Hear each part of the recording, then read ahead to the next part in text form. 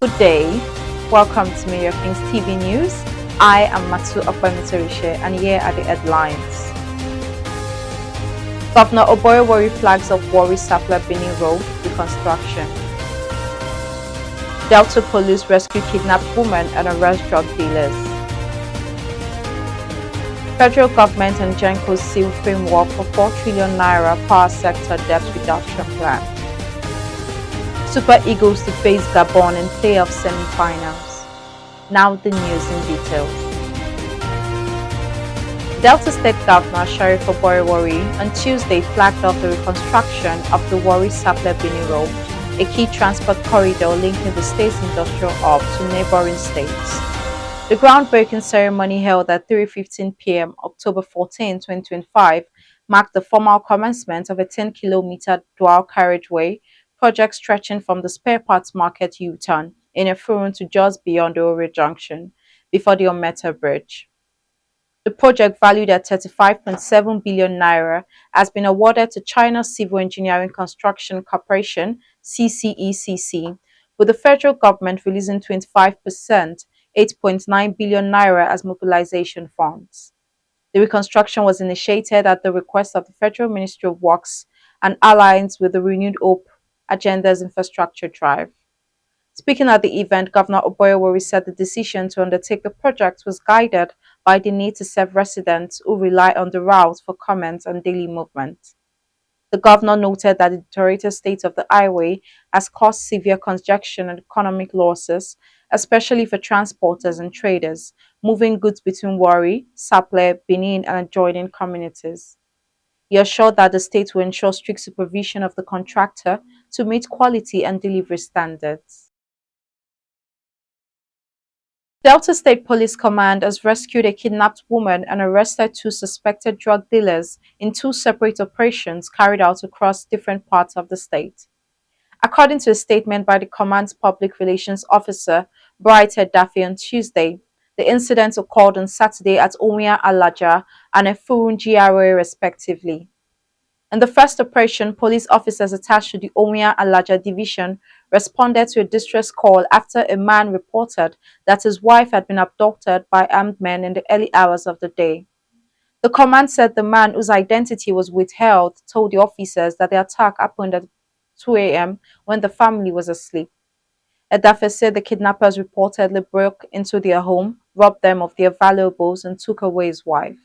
The team reportedly trailed the suspect into the forest along the Iyara community, where the kidnappers were said to have abandoned their victim after intense pressure from the pursuing officers. Also, in a separate operation conducted on the same day, the command's crack squad based in Asaba raided a suspected drug den in a Effurun GRA, Uwe local government area, where 2 men were arrested. It stated that the items recovered included 450 bottles of codeine syrup, 188 bottles of Bacardine, 208 sachets of tramadol 100 mg, 300 sachets of Swinol, 100 sachets of tramadol 500 mg, 50 sachets of Refnol, and a large bag of weed suspected to be cannabis. The command said the operation was part of an intensified clampdown on the sale and distribution of illegal narcotics, which had been linked to a rise in violent crimes and substance abuse among youths. The federal government has announced that mathematics will no longer be a compulsory subject for students seeking admission into tertiary institutions to study arts and humanities-related courses. The new policy, unveiled on Tuesday by the Federal Ministry of Education, applies to entry requirement for universities, polytechnics, College of Education and Innovation Enterprise across the country. A statement signed by the ministry's Director, Press and Public Relations, Fola Shade Boriwo, said the revised national guidelines for entry requirements into Nigerian tertiary institutions aim to eliminate unnecessary barriers while maintaining academic standards. Under the new framework, students seeking admission into arts and humanities programs will only be required to present credits in relevant subjects including English language, while mathematics will remain compulsory for science, technology, and social science disciplines. For the polytechnic level, candidates must obtain a minimum of 4 credit passes, including English language for non-science courses and mathematics for science-based programs. Mathematics and English remain compulsory for candidates at the higher national diploma level. The government also abolished the National Innovative Diploma. In addition, the government said the National Industrial Diploma, previously issued by the Innovation Enterprise Academics, will be pushed out and replaced with the National Diploma to ensure uniformity, credibility, and progression opportunities for graduates. The Minister of Education, Dr. Tunji Alosa, said the move was part of efforts to expand access and create a more inclusive tertiary education system. Now on the entertainment news. Gospel singer Nathaniel Bassey has unveiled a massive new building for his annual Hallelujah Challenge praise event. The massive two-story structure, completed in just 8 months, features a spacious reception area, beautifully decorated rooms, chandeliers, flowers, and well-arranged lighting. The new building is expected to amplify the impact of the Hallelujah Challenge, a global praise and prayer movement that has united millions of participants worldwide. As a hub for prayer, worship, and community gatherings, the building will provide a sacred space for believers to connect with God and one another. Now on the business news. The federal government has finalized the implementation framework for the 4 trillion naira presidential power sector debt reduction plan, marking a decisive step towards restoring financial stability and investor confidence in Nigeria's electricity market. The plan, approved by the President Bola Ahmed Tinubu and endorsed by the Federal Executive Council in August 2025, authorities the insurance of government-backed bonds to settle verified arrears owed to generation companies and gas suppliers, the largest financial intervention of the power sector in more than a decade.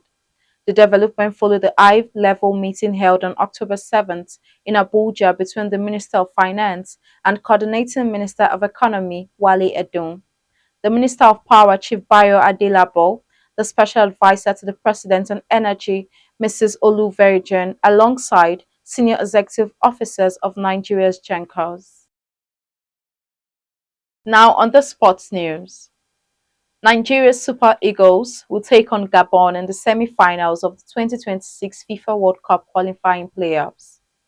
The game will take place on Thursday, 13th November 2025 in Morocco.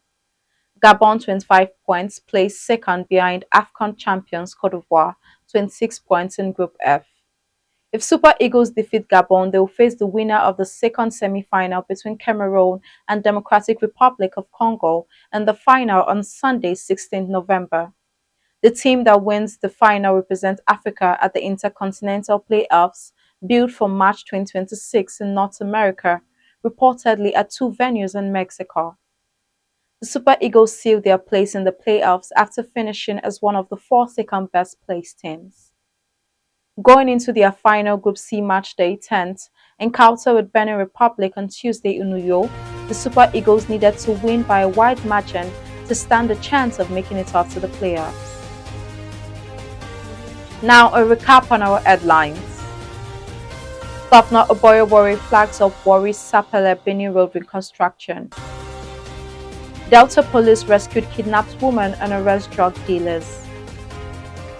Federal government and Genco seal framework for 4 trillion naira power sector debt reduction plan. Super Eagles to face Gabon in playoffs semi-finals. That's the news as detailed by Timiala Emanuela. I am Matsu Okpamitorishe. Thanks for watching.